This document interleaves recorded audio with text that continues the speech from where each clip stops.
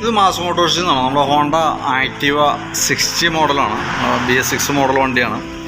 അതിൻ്റെ എഞ്ചിൻ്റെ ഭാഗത്ത് ചെറിയൊരു ഓയിൽ ലീക്ക് ഉണ്ടായിരുന്നു ആ ക്ലച്ചിൻ്റെ സൈഡിൽ നിന്ന്. അപ്പോൾ നമ്മളത് അഴിച്ച് ചെക്ക് ചെയ്യുന്ന സമയത്തുണ്ടല്ലോ, ക്ലച്ച് അവർ ഫുള്ളായിട്ട് അഴിച്ചാലാണ് നമുക്ക് അതിൻ്റെ ഓയിൽ സീല് ലീക്കായി പോയതാണ്.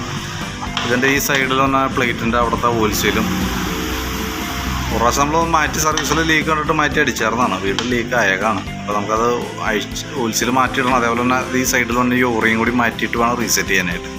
അത്യാവശ്യം ഒന്ന് ഫുള്ള് ക്ലീൻ ചെയ്തിട്ടും റീസെറ്റ് ചെയ്യാം. പിന്നെ നമുക്ക് അതിനകത്ത് കുറച്ച് ഓയിൽ കുറവുണ്ട്, അതായത് ഓയിൽ ലീക്കായിട്ടേ 600 മില്ലി ഓയിലാണ് നമുക്ക് ഇതിനകത്ത് വരാം. അപ്പോൾ അതിൻ്റെ കുറച്ച് ലീക്കേജ് പോയിട്ടുണ്ട്. അപ്പോൾ അതൊന്ന് ടോപ്പ് ചെയ്യണം. നിലവിൽ അത്രയും കേസാണ് കേട്ടോ നിലവിലുള്ളത്. അപ്പോൾ അതിൻ്റെ ഓയിൽ സീൽ ഓറിക്ക് മാറ്റി കഴിഞ്ഞാൽ കംപ്ലയിൻറ്റ് റെഡി ആയിക്കോളും. നോക്കി ക്ലിയർ ചെയ്യാം. എന്താണെന്നറിയില്ല, ഓയിൽ സീലിൻ്റെ ഹീറ്റിംഗ് വന്ന ഭാഗമാണ്. അപ്പോൾ അതുകൊണ്ട് എന്തെങ്കിലും സംഭവിച്ചായിരിക്കാം. കുറേശ്ശെ കൂടി ഒന്ന് അടിച്ചു നോക്കാം. പ്രത്യക്ഷത്തിൽ വേറൊരു കംപ്ലയിൻ്റ് ഒന്നും നമുക്ക് കാണില്ല കേട്ടോ. ഷാഫ്റ്റുമായി ബന്ധപ്പെട്ട് ഷാഫ്റ്റിന് സ്ക്രാച്ചോ അങ്ങനെ വേറെ എന്തെങ്കിലും പ്രശ്നങ്ങളൊന്നും കാണുന്നില്ല. ഓയിൽ സീലിൻ്റെ തന്നെയായിട്ടാണ് തോന്നുന്നത്. ഓക്കെ.